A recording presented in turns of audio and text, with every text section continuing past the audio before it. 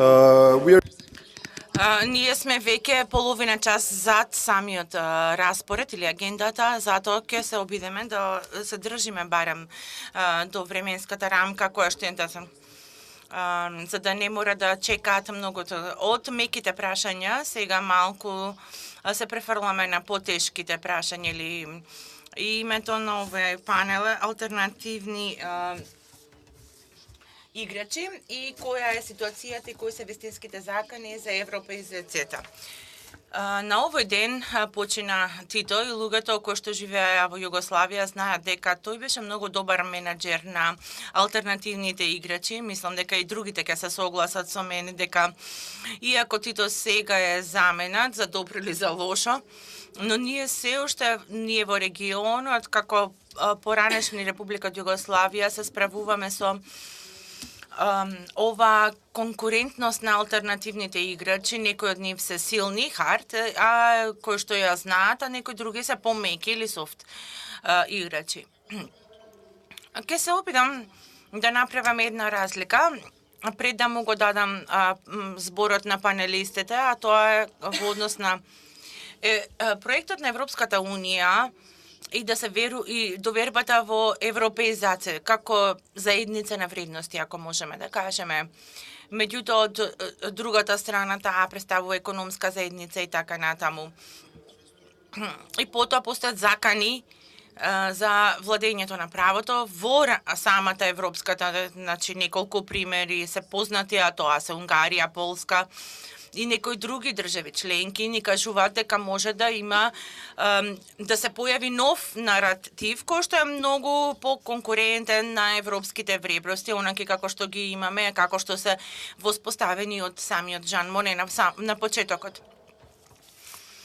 Имам прилично релевантен панел, тоа се луѓето кои што разбираат зашто зборуваат и сметам дека ќе биде интересно веднаш да преминеме на работите. Првиот кој што ќе зборува е Даниел Стефанов од Европскиот совет за надворешни односи, кој што е базиран во Софија. И Даниел ни беше кажано пред неколку години дека Македонија, Србија, Косово, Црна Гора се на линијата на огнот.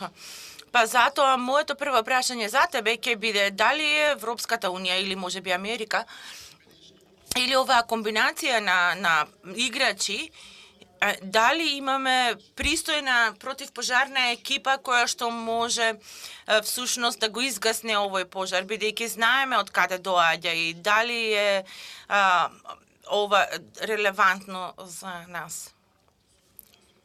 Се извинувам уште едно.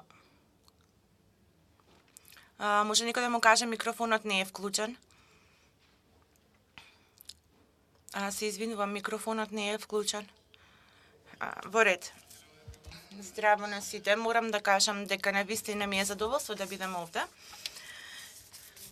Од лична гледна точка, оно што го гледам е група на оптимистички луѓе, енергијата е сменета во Скопје и затоа се надевам дека енергијата ќе остане на исто ниво, дури и по 17 мај и по самитот.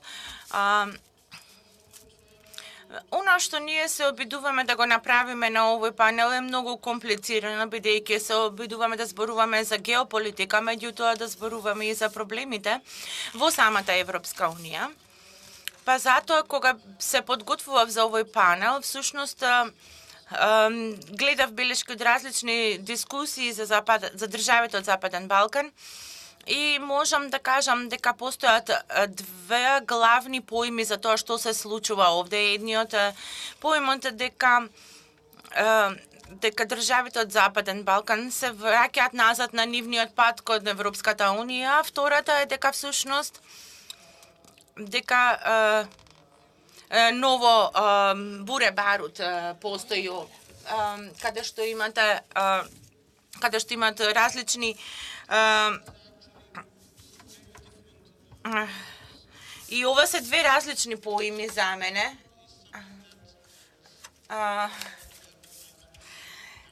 И дека имаме всушност цел, дека сакаме да постигнеме нешто. И всушност поимот за полена битка или бојно поле, дека всушност регионот ќе ги земе само оние работи кои што се случуваат, како еден вид на битката што се води меѓу глобалните играчи и сили.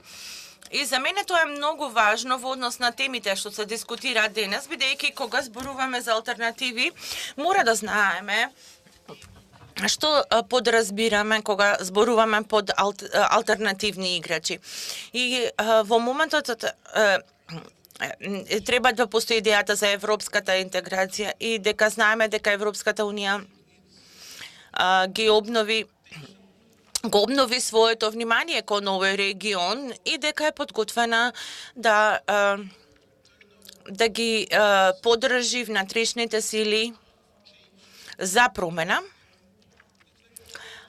И исто така важно е на таа основа да се види дека кои се алтернативите за самата Европска Унија и за европските перспективи. Тоа можеме да го направиме кога ќе видиме дали или другите глобални играчи навистина имаат интерес во регионот или само регионот си ја игра својата улога во нивните поголеми стратегии. Ке почнам со нешто што го прочитав пред неколку недели и не бев изненаден да видам дека кинеските инвестиции во Србија,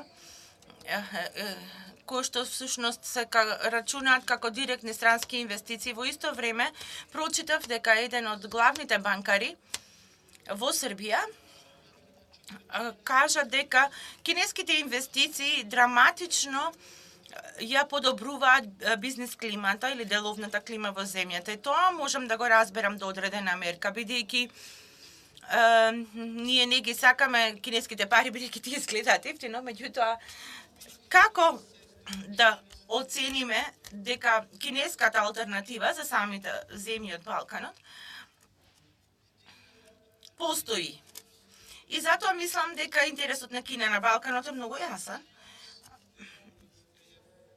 Кина има свој проект кој што е тесно врзан за потребите во економијата, со проектите кои се дека земјите од Балканот се поврзани со потребите на локалната економија, Кина да го контролира развојот таму.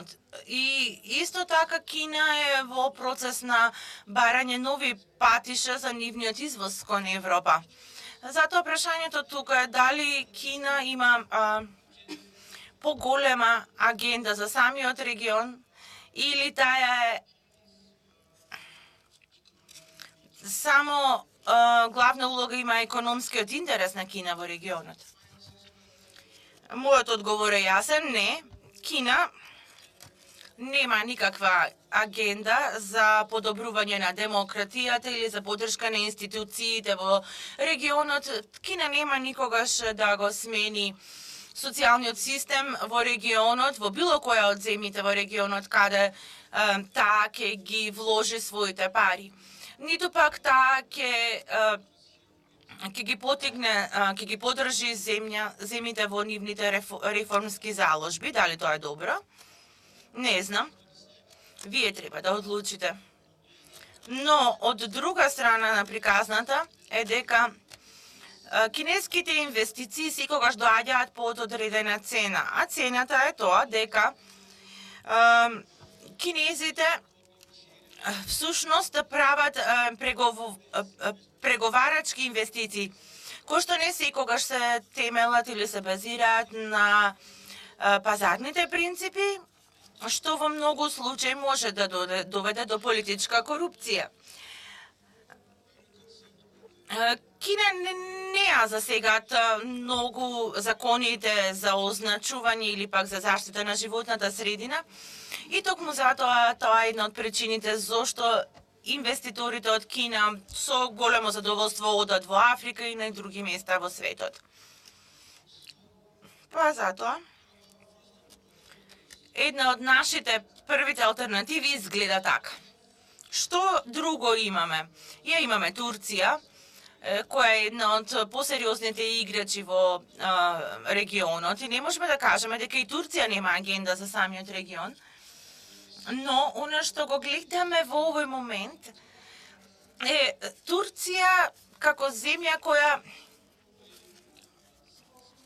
веројатно го сменила своето мислење дали сака да биде европска држава или сака да биде многу независна држава со централизирана влада. Оно што исто така го гледаме се испадите на председателот Ердоган, кои што се напишани, кои што не помагаат многу. И освен тоа, ја имаме Турција како земја која што се справува со своите надворешни проблеми, сака да направи одредена поента во Сирија за да ги реши својот проблем со курдите и курдското население во сама Турција. И во главниот турски интерес во моментов не е толку многу регионот, овој регион, туку повеќе е обидот да воспостави нормални односи со Европската Унија во однос на економијата, се разбира, а да не зборува многу за политика, бидејќи турската економија е многу тесно врзана со економијата на Европската Унија и Европската Унија е главен трговски партнер за Турција и затоа всушност не може да се каже дека таа има јасен интерес да го трансформира овој регион. Што е со Русија? Интересно беше да се види дека кога ги видовме увозот и извозот на земјите од овој регион со Русија, видов дека единствената земја која што има поголем извоз од увоз со Русија е Црна Гора. И нивото на увоз од Црна Гора кон Русија е на ниво со Хонг Конг и другите земји кои што имаат слично значење за регионот, да кажеме. Се разбира, Црна Гора е многу конкретен пример, но за жал, иако не знам точно, тоа говори многу за улогата која што ја има самиот регион во руската глобална стратегија. Дали Русија е навистина заинтересирана во регионот, се чини дека е. Дали таа има трансформативна стратегија за регионот, се сомневам, бидејќи она што го гледаме е всушност прилично опортунистичка стратегија од страна на Русија за самиот регион и воглавно тоа се однесува на Црна Гора, меѓутоа и може да продолжи и со Србија и во таа рамка можеме да ставиме и Македонија.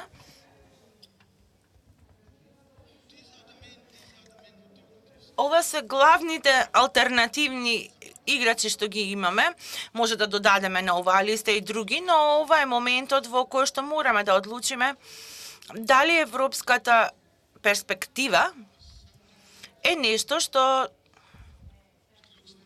се чини прилично тешко за постигнување, но треба да ги разгледаме и алтернативите за да видиме дали постои друг глобален чинител или играч кој што ќе биде вклучен во трансформацијата на земјите овде. И според мене тоа не можете да најдете таков играч или таква сила, бидејќи во деновите во однос на Русија како еден од големите играчи овде, Она што Русија го сака од регионот е регионот каде што ќе има улога во рамките на руските односи кон Западот или со Западот. И тоа е најпроблематична улога што овој регион може да има, бидејќи Русија има неколку главни поенти според ИСФР.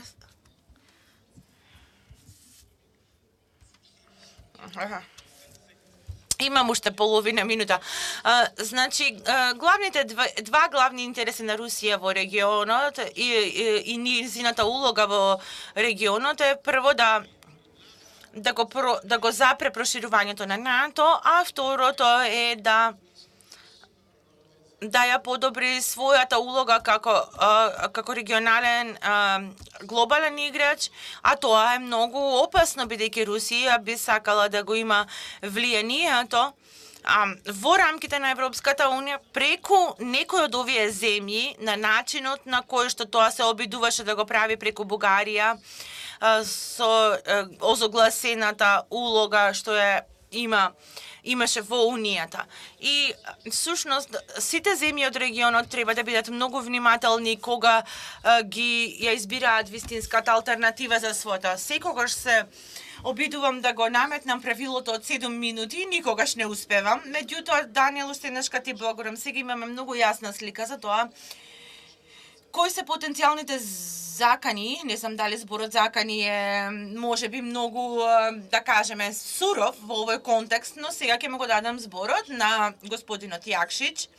Алберт, ти мислам дека си домаќин и ќе му го препуштиш местото, затоа што Јакшич сакаше да зборува на оваа тема прв. Не знам дали сакам да се ги потрошам своите 7 минути, меѓутоа но не сакам не да ви го потрошам вашето време за импровизирам, па затоа секогаш се обидувам да бидам колку што е можно попрецизен.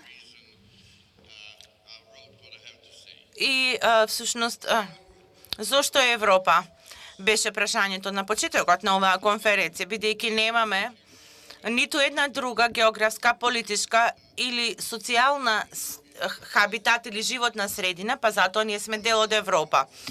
Не прашавте зошто денес? Бидејќи денес е последниот момент. Не прашувате во каква Европа сакаме да живееме. Европската Унија помина и се уште поминува низ многу сериозни кризи, од финансиска, мигрантска, од лидерство до политички и идентитетски кризи. Меѓутоа, ајде да го видиме состојбата во нашиот регион. Поттикнувањето на политичарите всушност покрива одредени грижи кај мене. Прво стануваше збор за национализмот, потоа недостаток на вистинска желба за реформи, и тие двете се смртоносна комбинација против демократијата. Помирувањето ни беше кажано дека е критичен фактор за долгорочна стабилност во Западниот Балкан, но многу политичари кои што сакаат да бидат нарекувани лидери, всушност ја избираат опцијата за национализмот како ефтина, но ефективна алатка за добивање гласови. И фокусот на нивните заложби е на искористување на електоратот со отровни засладувачи кои што всушност им носат одредени политички награди. Национализмот е параван на оваа јавна закана за долгорочните политички промени, вклучително јавните политики за економијата кои што треба да донесат високи бројки на невработеност, мали бројки на ГДП. Всушност, национализмот по глава на жител е многу висок во нашиот регион. И затоа тие треба да им помогнат на професионалната. Тие се така наречените фамилиарни националисти кои што се базирани на едните исти стереотипи.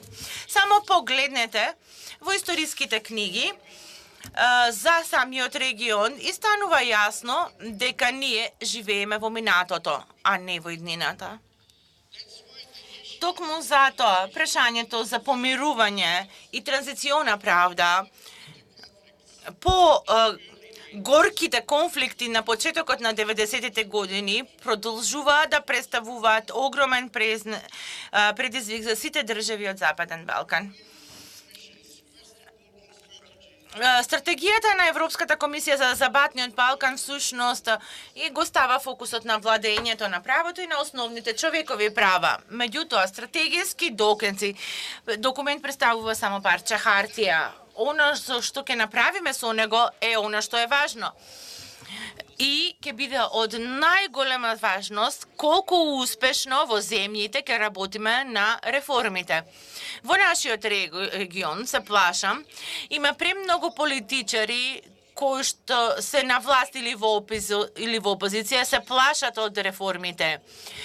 Отпорот кон владењето на правото и на медиумските слободи се дневна рутина. Со независно судство, например, корупцијата не може да цвета и корупцијата стана начин на живење во системите кои што всушност имаат еден заеднички деноминатор. А тоа е дека политиката е најлукративниот бизнис или активност. Тоа може да звучи парадоксално, но меѓутоа оти против процесот на демократизација. Па затоа последните сегменти од општеството се вклучени во системот на ајде да видиме дали можете да стигнете до некој доктор без подкуп или пак да си го запишете детето во градинка. Или пак може би да му дадете на полицајецот некаков поттик за да не ви пише сообраќајна казна. Значи, тоа всушност стана самостојни, корупцијата стана самостојни. И ваквата состојба може да се смени само со помош на пријател, а тоа е Европската Унија. Во меѓувреме, земјите од Западен Балкан им се нуди авторитаризмот според Владимир Путин или султанизмот според Ердоган. Значи, да, тие ги имаат своите следбеници, но не постои сомнеш дека голем дел од мнозинство од населението сака да влезе во Европската Унија и да има придобивки од процесот на пристапување. А проблемот е дека постои уште еден пакет на опции кои што имаат одредени можности во рамките на Европската Унија. Можеме да одбереме помеѓу Унгарија на Виктор Орбан или Полска на Варослав Каченски или пак на Германија на Меркел и Франција на Емануел Макрон. Значи се чини дека луѓето кои што всушност скептични за можноста на демократските влади ефективно да работат, вклучително дури и добрите чувари на економијата. Се разбира дека либералните демократски системи, не знаејќи, го подкопуваат економскиот развој и раст кој што е потребен за обстојување на државите. Младите се повеќе и повеќе се скептични за либералните демократски системи кои што се загрозени. Па затоа почнувавме да зборувавме за либерални и нелиберални демократи со огромни разлики помеѓу нив и за клучните или суштинските вредности на демократијата. По кој пат да тргнеме? Фактот дека постојат многу конкретни европски правила, односно стандарди за владење на правото, всушност игра улога во конфузијата во регионот. И како што Доналд Трамп го опиша Ким Џонг Ун, односно лидерот на најопресивниот режим, како отворен, всушност е глобалната забуна која што се случува во светот. Постојат многу пораки кои што ги добиваат државите од Западен Балкан од ЕУ. Дали денес имаме можност да испратиме една порака до Брисел? Вратете се назад на основните демократски вредности. Потребни се големи реформи и без низнав владењето на авторитарните модели ќе само понатаму ќе се јакне, а демократиите можат многу лесно да бидат заведени од дизилонираниот електорат кој што целосно се отелотворен во популистичките лидери. Емануел Макрон е во право. Франција и Германија можат да имаат одредени несогласувања во финансирањето на земјите од еврозоната. Меѓутоа, Берлин сака да ја врати назад Европската унија кон незините оригинални вредности. Они кои што може да значат да го покренат ентузијазмот за Европската унија и да ја напроти авторитаризмот, ксенофобијата, антисемитизмот. Во друг случај ние би станале евроскептици. Затоа демократиите мора да се адаптираат или понатаму ќе се распаѓаат. И затоа тука е од клучно значење политичката миопија во однос на спроведување на реформите. Без јасни насоки, статус квото на државите од Западен Балкан ќе остане и понатаму и ќе создаде уште еден пекол и ќе понуди нови можности за Русија и Турција да се вмешаат. Европската унија не смее да делува само брзо, туку со сета позитивна енергија, за да го направи овој регион област која што ќе живее според стандардите на демократија и вредностите на либералните општества. Процесот на вечните ЕУ реформи ќе трае. Тоа ќе биде една нагорна битка, ќе биде потребно време. Но државите од Западен Балкан мора да имаат насока во која што треба да се движат. Испратете ни јасен сигнал. Колку што е можно појасно објаснете кои критериуми земјите кои што сакаат да станат членки на ЕУ треба да ги исполнат. И потоа има уште една задача која што е наша. Джорди кажа дека мораме да продолжиме да трчаме. Да, треба да станеме Форест Гамп, секој еден од нас. Благодарам. Браво, точно на време. Алберт Муслиу, одличен аналитичар од Македонија. Ти веќе си ја напиша својата домашна работа, но ајде повторно да дискутираме. Сакам да те прашам, од македонската перспектива, Македонија се чини дека е центар на голем број состаноци, регионална соработка, сите доаѓаат во Македонија во последните неколку месеци. Андреја исто така кажа дека Европската унија е исто, ја смета Македонија за успешна приказна. И сите велат дека сите треба да го следат македонскиот пример, што не беше случај до пред една година. Меѓутоа, од друга страна, овие успешни приказни не се споделени, се делат во регионот, например. Како, сакам да знам како го оценувате овој надправ. Ова прво го кажуваме, бидејќи сме пријатели, се разбира. И јас ја напишав домашната и за жал, меѓутоа мојата домашна задача ќе ви биде дадена во како документ, а ќе продолжам да го водам овој разговор, па затоа овој документ што го спремев ќе го земам само делот, каде што навистина сакам да му честитам на Фондацијата Отворено општество и на сите вас, колеги, гости од странство, пријатели, медиуми, за тоа што дојдовте да не посетите, меѓутоа сакам да му се заблагодарам на фондацијата која што навистина во последните 25 години даде дополнителен поттик за промени во граѓанското општество, меѓутоа и се разбира и во минатото имавме успони и падови, меѓутоа тие имаат континуирана отвореност за голем дел од институциите и за целото општество и затоа им должиме многу. Кога станува зборува за анализата на состојбите во регионот, мислам дека ние всушност игнорираме глобални случувања кои што се однесуваат на алтернативните влијание и на алтернативните агресори врз регионот. Ако, например, размислувавме пред 5-6 години каде што Русија не беше толку присутна во Македонија, тие почнаа со една вербална присутност за да извршат притиск, за разлика од Црна Гора, каде што имаат инвестиции, каде што влијаат врз големите политички партии. Во Македонија имавме можност да немаме партија која што е отворено посветена на руската надворешна и тоа почна со група од 50 луѓе кој што воспоставија политичка партија, меѓутоа таа нема никакво влијание во регионот. Меѓутоа ќе почнат од Македонија, па потоа ќе коментирам и за другите земји.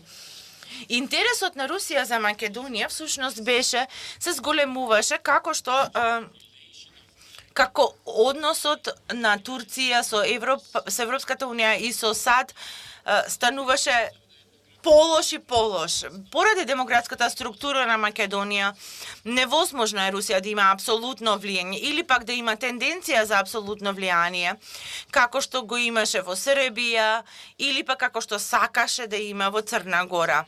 А тоа е всушност поради структурата на самата земја. Русија е целосно свесна дека директните тенденции за влијание врз албанската заедница или за другите немакедонски заедници во Македонија ќе биде неуспех, односно ќе биде неуспешно војнина.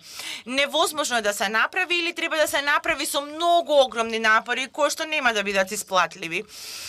И затоа односите на Турција со Европската унија и со САД како што се заладува, ќе користам домашна терминологија наместо меѓународна, тогаш Русија се обидуваше да биде се повеќе присутна во јавните огласи, односно објави, и знаеме дека Русија даде силна поддршка за претходната влада и без оглед на она што владата го правеше или што зборуваа сите меѓународни извештаи, и бидејќи тие видеа отвореност кај таа влада да ја користат Русија како безбедно место за нив, кога ќе треба да избегаат од ситуацијата во која што беа фатени. Меѓутоа, наративот во Македонија беше направен паралелно преку Русија и Турција. Турција е концентрирана на Албанија и турската заедница во Албанија и другите муслимански заедници присутни во Македонија, додека Русија е повеќе ориентирана кон немуслиманската заедница во Македонија, но пораките што се испраќаат повеќе или помалку се исти. Па затоа дека Европската унија не е единствената алтернатива, дека членството е дека треба да има нова визија која што ќе правиме преку нови политички партии во Македонија, кои што ќе избегнуваат корупција или автократско однесување на нашите политичари, не дека се погрешни во многу случаи во тој, но тоа беше наративот кој што е ставен во еден пакет со цел да се намали поддршката на македонските граѓани за да се откажат од интеграцијата во НАТО и сите всушност реформи кои што им беа представени како драматични и трагични за општеството, кои што се потребни да ги преземеме за да се квалификуваме за интеграција во ЕУ. И морам да го кажам дека во таква ситуација спорот што ние го имавме со Грција е навистина смешес, кога ќе видите дека тој е абсурден. Меѓутоа, иако нашето општество оди низ сериозни проблеми и низ сериозни дилеми поврзани со тој спор, се уште поддршката за интеграција во ЕУ и во НАТО е релативно високи, оди до 80% во Македонија, и сите всушност се свесни дека интеграциите во ЕУ и НАТО не може да продолжат без решавање или продолжување на преговорите. Па дури и покрај тоа што самиот проблем е таков абсурден, сепак граѓаните во Македонија се подготвени да продолжат на тој пат. И кога ќе го кажам ова, сакам да кажам дека во Македонија единствената ранлива категорија за интеграцијата во ЕУ и во НАТО и нивната ориентација на граѓаните се политичарите. И малку нема да се согласат дека Кина не е заинтересирана да го смени социјалната средина, тие се бидејќи сигурен сум дека кинеските инвестиции во земјите од југоисточна Европа и во Германија се многу помалку профитабилни отколку што би биле во земјите од југоисточна Европа, бидејќи во овие земји тие би може да го злоупотребат авторитарното однесување на политичарите и може да потрошат дупло повеќе пари за инвестиции, кинески инвестиции, и тие многу брзо ќе им се вратат назад. Па затоа Кина, дура и само со инвестицијски тенденции, е повеќе ориентирана ко авторитарни режими во југоисточна Европа, отколку да има режими кои што не работат во согласно со владењето на правото и не ги почитуваат европските се согласно. Но тие нема да навлезат во никакви интервенции, но ако можат да изберат, тогаш, и тоа се случи во нашиот случај, во моментот кога нашата претходна влада, сите меѓународни финансиски институции беа затворени за претходната влада, Кина истапи и им додади со дополнителен едногодишен или двогодишен услов за нашата претходна влада, за да го пролонгира, да ги пролонгираат реформите во земјата. Од друга страна, Русија, поради незините тенденции да си ја поврати својата глобална позиција, се обидува да искористи било која можна позиција секаде во светот.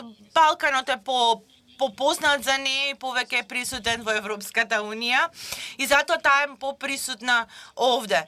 Меѓутоа, не гледаме дека имаме стратегиски инвестиции на Кина во Африка, отколку во југоисточните земји, но тие се таму поради стратегиските потреби на Кина, а Европа е само добар бизнис за Кина, каде што можат многу брзо да направат обрт на средствата. Меѓутоа, и на двете во Кина, Русија и во Турција, кој што поради фактот дека регионот е отворен кон Турција, дури и Србија се отвори кон Турција во последната година, имавме турски инвестиции, и Турција докажа посебно под владењето на Ердоган дека нивните инвестиции не доаѓаат без тенденција за политичко влијание. Затоа овие три земји се многу позаинтересирани да имаат режими во регионот, отколку да има демократски влади овде, кои што се отворени кон граѓанското општество, бидејќи нема да можат директно да се спогодат со нив. Пред 2 месеци имавме случај во Косово, каде под координација на Ердоган и на еден од косоварските функционери требаше да се, веројатно станува збор за председателот, кој што всушност киднапира 6 турски државјани заедно со турските странски служби, бидејќи тие беа под напад на турскиот председател, односно го напаѓа турскиот председател и веројатно беа дел од организаторите на воениот преврат во Турција. И затоа јас всушност не ја оправдувам организацијата на Ѓулен и нивните стратегии за работа, меѓутоа, доколку Косово имаше добро воспоставена демократски силни институции, никогаш немаше да биде можност да се направи една активност како тоа. И ова го гледаме се повеќе и повеќе. И колку повеќе Турција се оддалечуваше од европските и американските вредности, се обидуваше да го наметнува свој нео-отоманско влијание во регионот. И нема да бидам изненадена ако тоа се обидат да го направат и во Србија. Нема да се согласам со вас дека Македонија е првиот пат каде што таа представува пример. Македонија беше пример за многу авторитарни политичари како пример за тоа како да се организира земјата. Дури мислувам дека и Орбан научи нешто од нашите стратегии и механизми за тоа како да одржува релативно демократска земја додека има авторитативен организациите, медиумите, институциите, наративот што го користи Орбан или Вучич се наративи кои што се многу слични на оние што ги користеше нашите претходни политичари. Мислам дека за лошите момци Македонија беше исто така пример во минатото. И мислам дека фактот дека Европа минуваше низ лош период и немаше доволно подготвено да се посвети внимание на регионот, ја овозможи ова и стратегијата на прво мир, потоа демократија, всушност ја дадоа можноста и шансата за многу за лоши политичари да ја доведат ситуацијата. Велам дека национализмот е присутен и ќе биде присутен долг период, меѓутоа национализмот од раните 90-ти години не е веќе присутен и ќе биде многу веќе не е толку присутен и ќе биде многу потребно време за тие да почнат етничките групи да почнат да се пресметуваат. Меѓутоа, екстремистичките групи во сите заедници на Балканот се сега многу помали, а Македонија тоа го направи во 2015 година со Кумановските настани и инцидентот кој што се случи таму, каде што општеството докажа дека не е подготвено да ја следи и рационалниот и абсурден наратив на политичарите и да ја спаси земјата од влегување во многу подлабока криза. Ќе се опитам да ви дадам некои примери за тоа дека како Европската Унија и Америка се повеќе концентрирани во регионот. Затоа ние иминуваме во некоја катарза, посебно политичарите. Мислам дека во Косово тие прават напор да ја поттикнат власта и политичарите да ги финализираат сите договори и да најдат компромис со Србија, но исто така тие се воведени во или наметнати туку да го поттикнат во споставувањето на меѓународниот суд, кој што ќе биде управуван од американски судија, што значи многу за Косово, бидејќи американскиот наратив помеѓу албанците во Косово, всушност тие се многу приемчиви за нив и ако имате американски дека ќе донесе одредени елементи кои што се тешки за справување за многу кревките косовски институции. И затоа мислам дека Косово ќе биде во можност да обезбеди побезбедна средина за своите граѓани, а од друга страна Албанија поминува низ еден комплициран процес на потврда или верификација на судиите и сето тоа беше направено со поттикнување од Европската Унија и од САД и тие го воспоставија моделот на проверка и тоа е направено заедно со представници од Европската Унија и од САД, што значи дека албанските представници се непристрасни, судии се отпуштаат, политичари веројатно ќе завршат во затвор и мислам дека овој премод кој што за жал беше прекинат по примерот на Хрватска, каде што поранешниот премиер беше одговорен за она што го направил, всушност беше прекинато со кризата во која што завлесе Европската Унија. И јас силно верувам дека по давање на примери за поранешни, летсеј, недопирливи политичари, и кога ќе бараме отчетност и одговорност од нив за тоа што направиле, ќе даде не само поттик за градење на силни институции, туку ќе ги поттикне граѓаните на овие земји да бидат агилни кога ги бираат своите политичари и да бараат отчетност од нив. Се надевам дека бев во рамки на времето. Меѓутоа, мојот говор беше целосно различен. Ако сакате, ќе ви ја доставам копија од она што го напишав. Има 3 релевантни лица кои што вели дека постојат одредени предизвици и закани за самиот регион во однос на алтернативните играчи. Меѓутоа, Салвадор Љаудес се извинува од Елкано Кралскиот институт во Мадрид. Тој доаѓа од Европа и затоа заинтересувам се да видам, бидејќи можеме да воспоставиме присуство на одредени предизвици за самиот регион, кој што е навистина заинтересиран да стане дел од Европската Унија. Како вие гледате од перспектива на старата Европа или на старите? Дали се заинтересирани за овој регион, не само за... Дали може да направите едно резиме на општото мислење на Европската Унија кон самиот регион?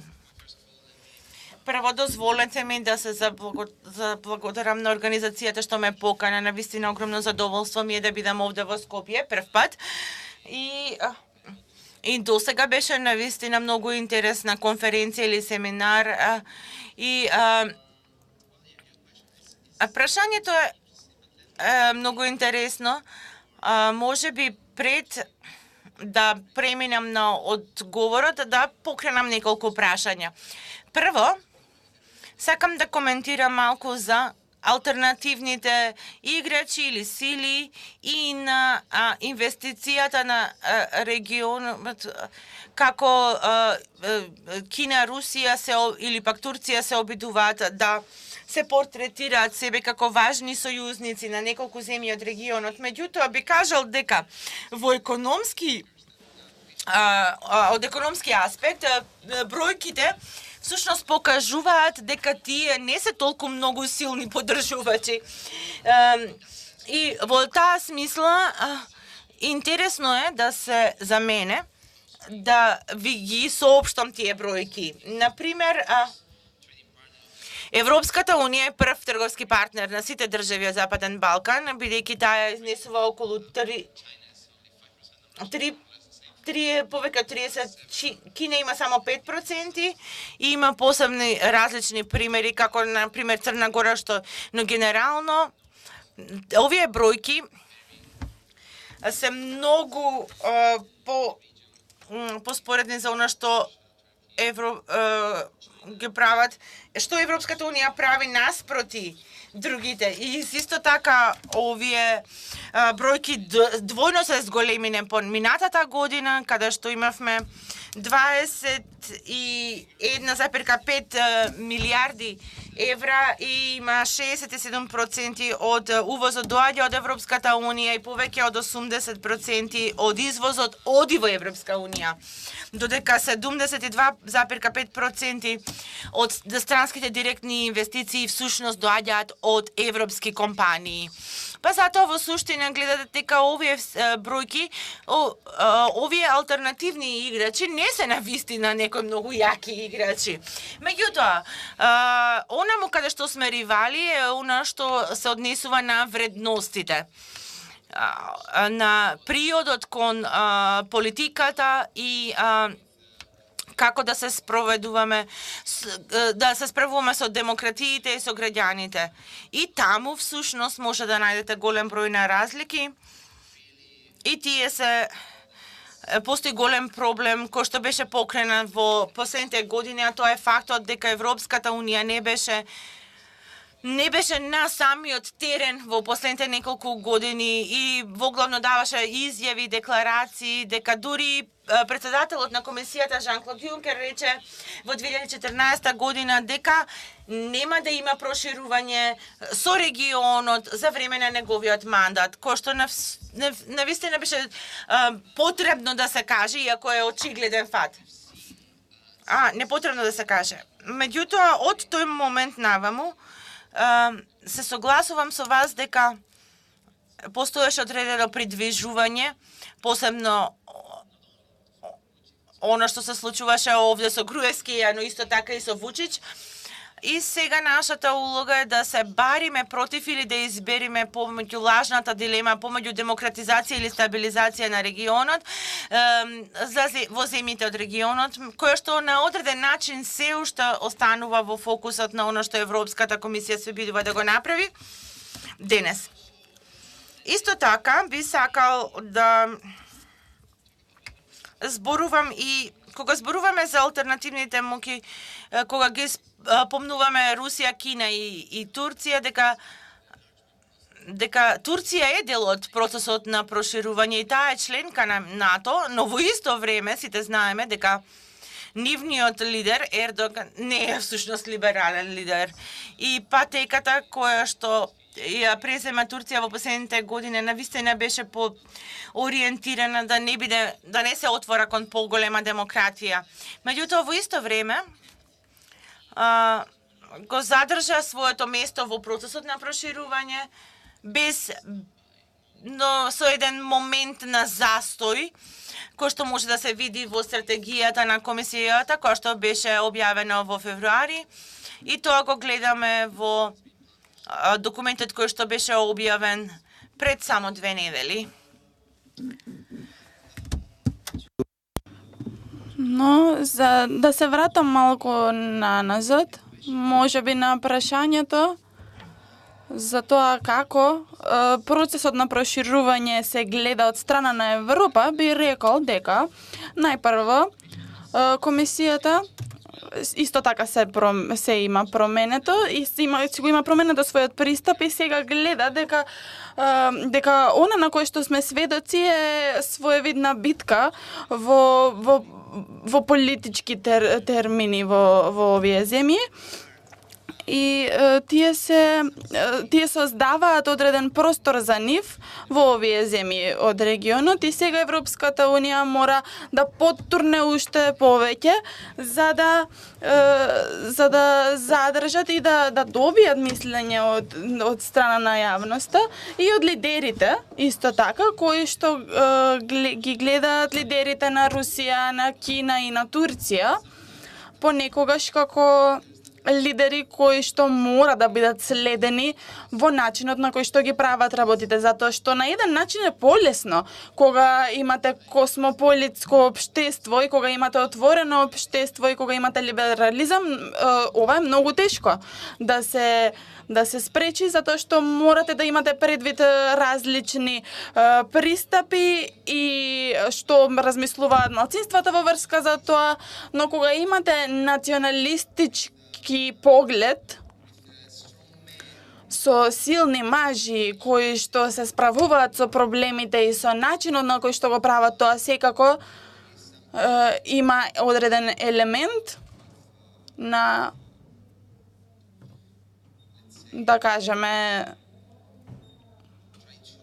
на обид да се повторат пораките и начинот на кој што нештата се направени, како што кажавме со случајот на Груевски, па дури и Вучич, како што претходно беше споменато. И ова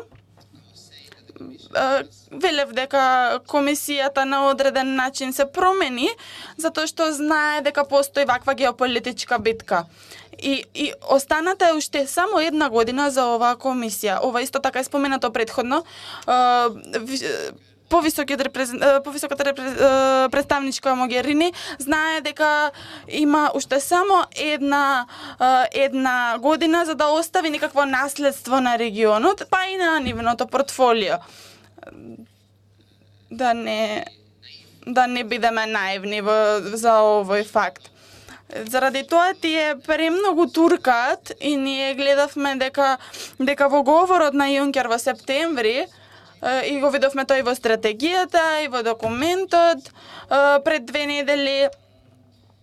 Но исто така постои елемент дека јавното мислење во државите членки не е, да кажеме, драматично за проширување. Заради тоа Европската комисија можеби прави некој напред да поттурне работата, меѓутоа во државите членки не постои таква кохерентност меѓу што прави Европската комисија и Европскиот совет како кај неколку држави членки, секако Грција, Франција или Германија, и да не ги споменуваме и другите, не ги гледаат работите на ист начин како и комисијата. Тоа не значи дека во Европскиот совет нема да има прифаќање на тезата на комисијата, затоа што се уште не го знаеме тоа, бидејќи до прва треба да дојде, но она што го знаеме е дека тоа ќе биде тешко.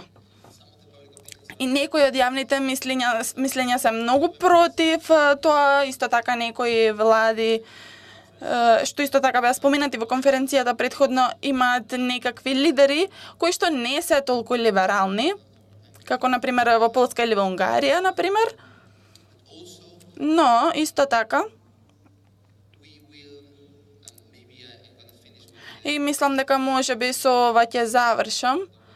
Се надевам дека сум на време, не сакам да одземам повеќе време и да нема доволно време за прашањата и дискусиите. Сметам дека пред Советот во јуни има уште еден чекор што ќе се случи во Софија за само 12 дена од сега. Европската комисија исто така турка за овој самит да се одржи, односно прави напори за самитот да се одржи и за да даде некакви резултати, да прикаже некакви резултати за лидерите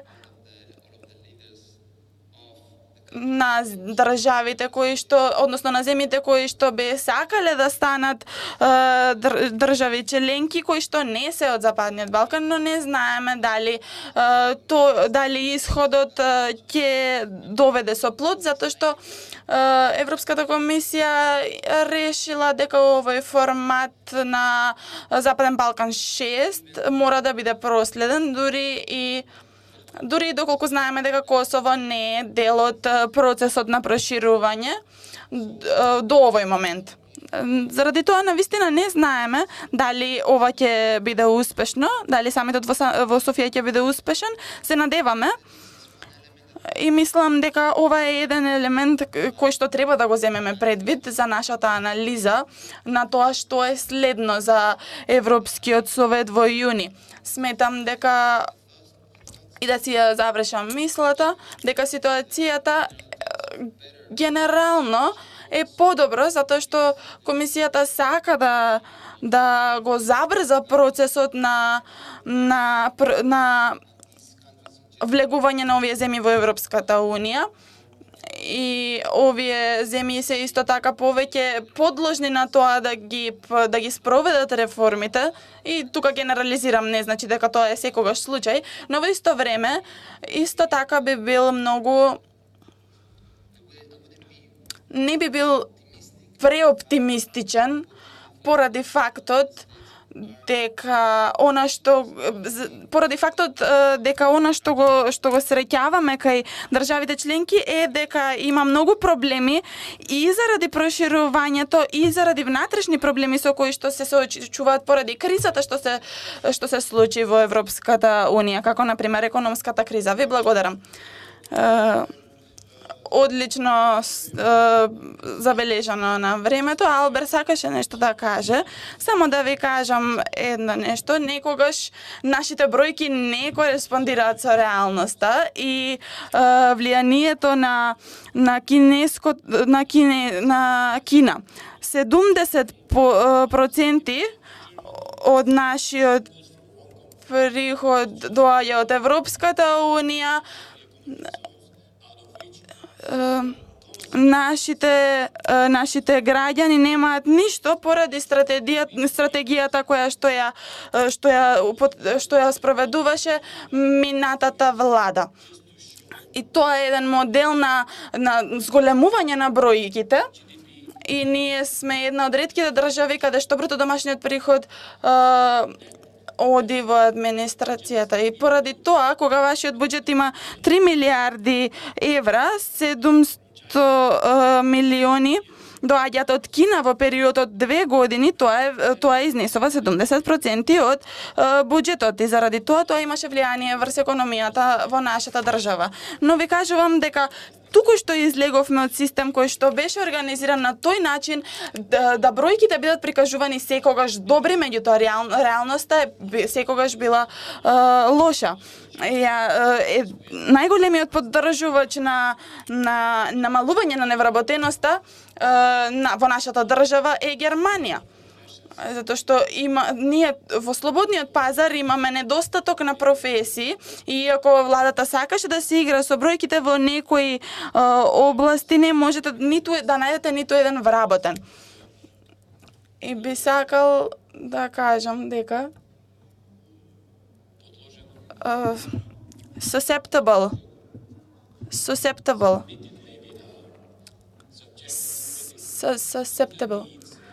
на потребите на претходната машинерија на пропаганда, која што ни покажуваше дека ние сме вундеркиндот на Балканот и дека ние сме најбрзо растечката економија.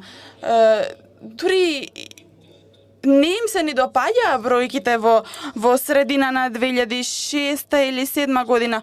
Најбрзо растечката економија во Балканот не беше Македонија, туку беа Косово, но играњето со бројки беше нешто што е многу добра одлика на нашите председатели. За нас присуството на Турција и Кина со нивните пари не е фактор што треба да го игнорираме, затоа што тие секако доаѓаат со некакво политичко влијание.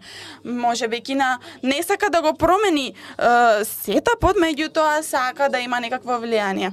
Во ред, прашања или коментари кои што би ве замолил да бидат кратки и прецизни?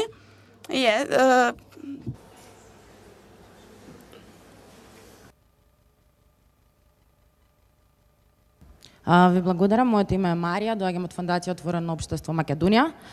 Во вашите излагања слушавме за МОК како концепт, меѓутоа се чини дека разговаравме за различни концепти на МОК или различни форми на МОК.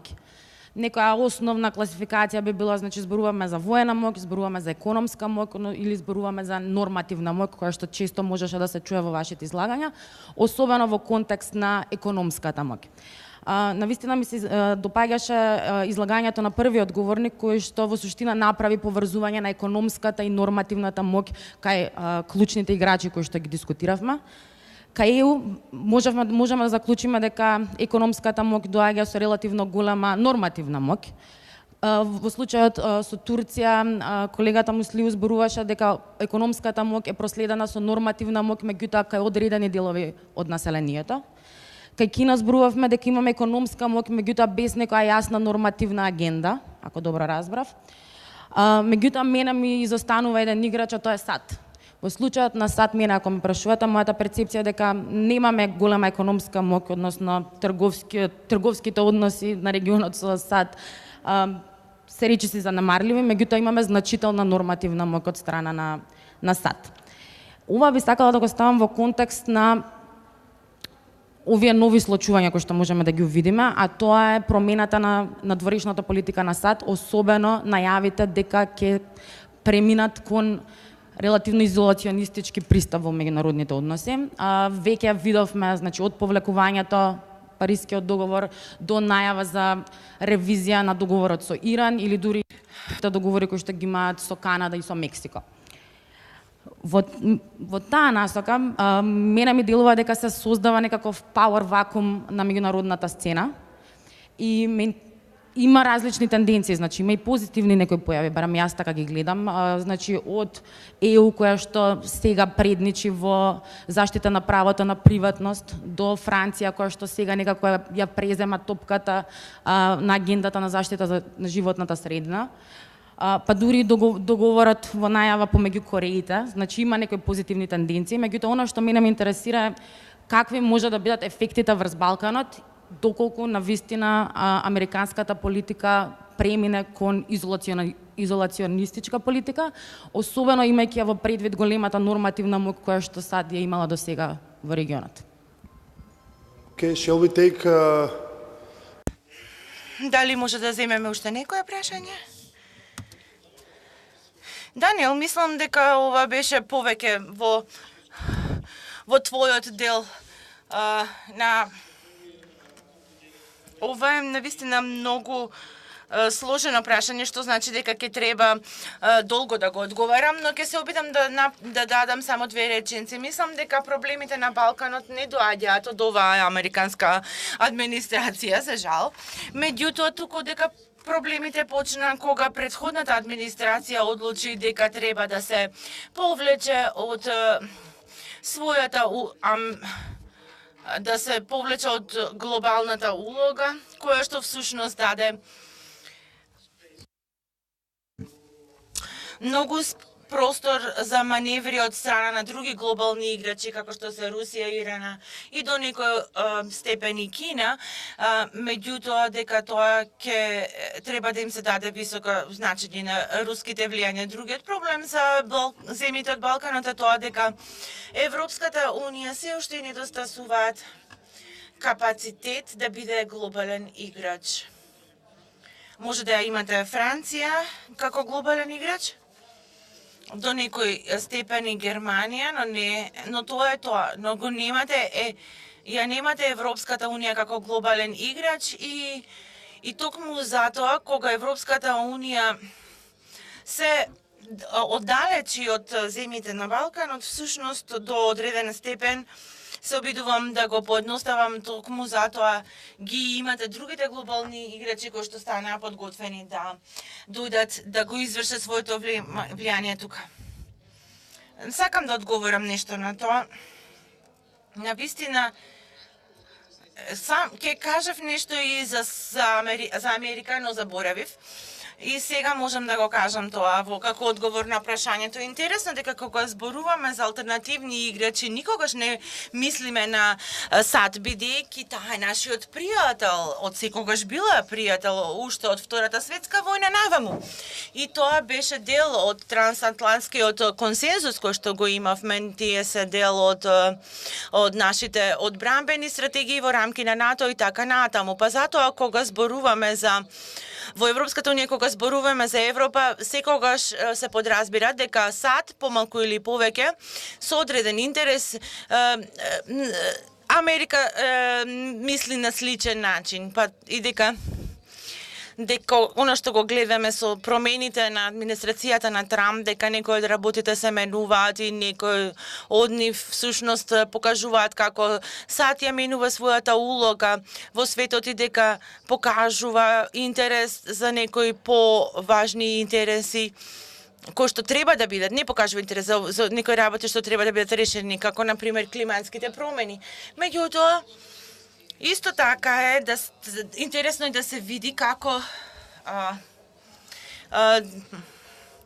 тој е исто така силен човек. Тој е дел од оние лидери кои што се многу полиберални, но не може да бидете толку либерални во демократски си, нелиберален како, но тој е многу силен. Тој го сака, Трамп го сака Путин и всушност лидерите од Саудиска Арабија и така натаму. Меѓутоа, тој има пријатели во Европската Унија со Меркел или пак Франција. Меѓутоа, кога станува за некои други важни одлуки кон самиот регион, ситуацијата не е променета толку многу. Ќе ви дадам само еден пример, а тоа е случајот на НАТО и Црна Гора.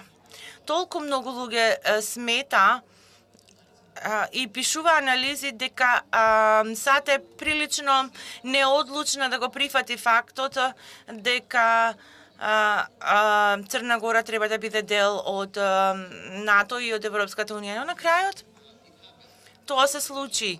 И веројатно Русија не беше задоволна со сето тоа и се бореше против тоа. Меѓутоа мислам дека токму овој пример ни покажува многу добро или како фактот дека не сите работи ќе се менуваат со оваа администрација, можеби не на толку на долг рок, меѓутоа на краток рок нема да се менуваат работите.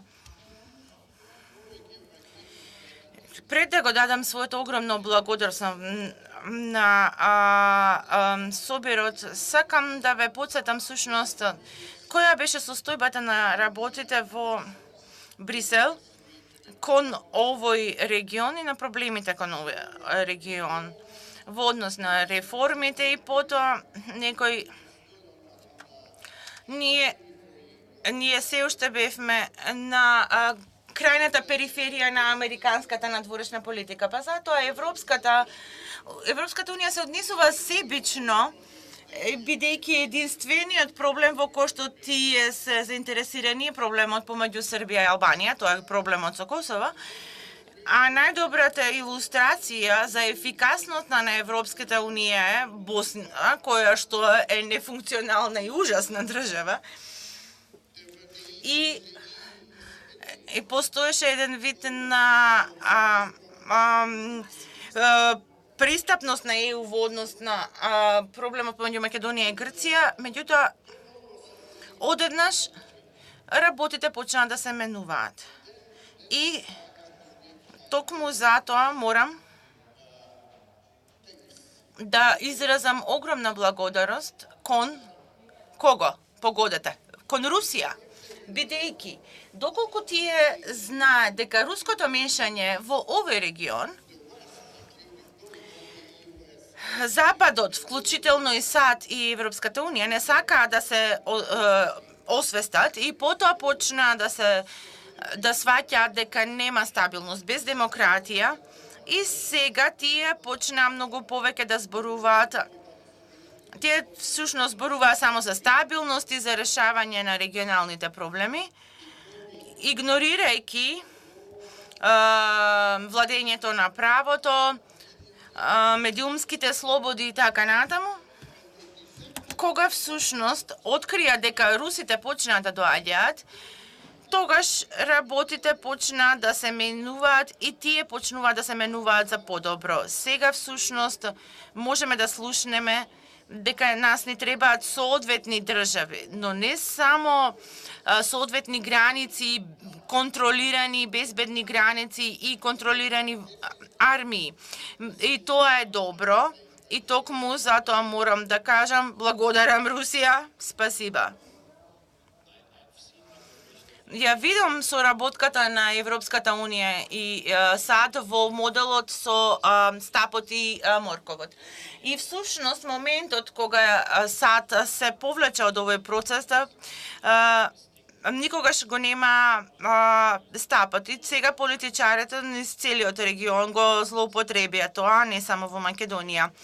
И затоа може би благодарност до Русија за таа, меѓутоа, но да се разбереме дека и дека оваа соработка помеѓу Европската Унија и САД за навистина да почнат да се оформуваат некои работи. Не сметам дека глобалните промери всушност ќе променат дел од политиката на Америка кон регионот, може да го сменат нивното внимание во самиот момент, но не кон главните проблеми.